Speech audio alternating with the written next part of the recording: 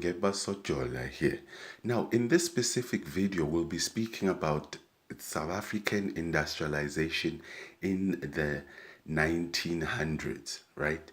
Now, the first thing that we can note about the manner in which industrialization moved in South Africa in the 1900s was first started particularly with the development of the railway. It's a railway network, right?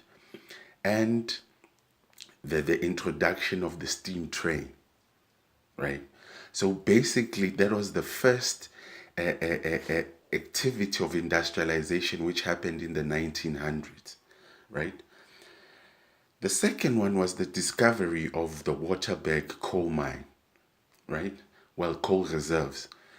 When this was discovered in 1920, right? Not much work had been done in trying to develop the coal reserves into an actual mine, a commercial mine. So ever since, these resources have been waiting to be used. They're only being started to be used like quite recently. I know of an established mine in the Waterberg region, but that's quite recent, right? But that also happened in 1920. Now, in 1924, a very special thing happened, right? A young man named Hendrik Johannes van der Bijl, right, was called by the government to come industrialize South Africa. So the first thing that he actually did was to start ESCOM, right? Right. So ESCOM was introduced around about in the 90s, right? So now, in the same year, PGMs, platinum group metals, was also discovered in South Africa, right? When we carry on and look at 1927, in 1927 in South Africa, ESCO was established, basically a steel mill, a steel producing company that's going to work with producing steel and basically and use iron and coal in the process. Right now, in 1934, an interesting thing happened. An air industry was established through SAA, right? So this was the introduction of air freight and traveling by air in South Africa. It happened around 1934.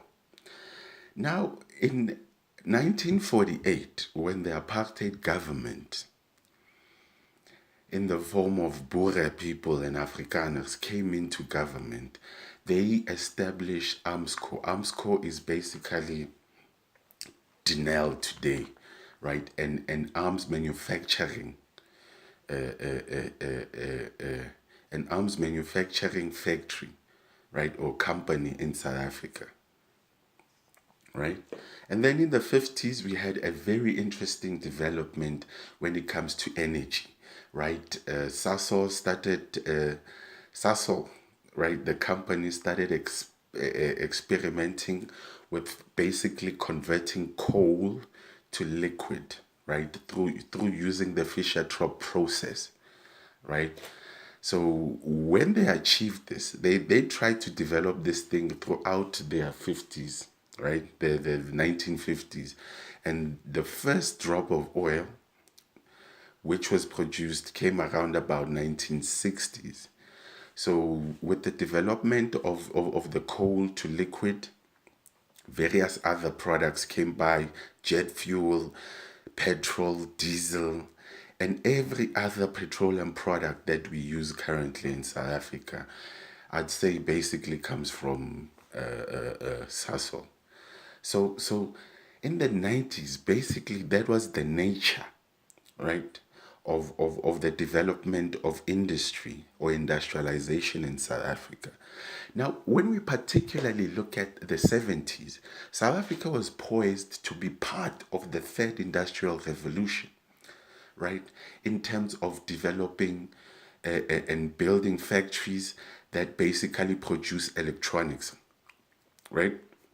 So the production of electronics was, or the involvement of South Africa in the third industrial revolution solely was blocked by a black revolution, right? A political grievances from black people that disturbed the entire process of industrializing into the third industrial revolution, right?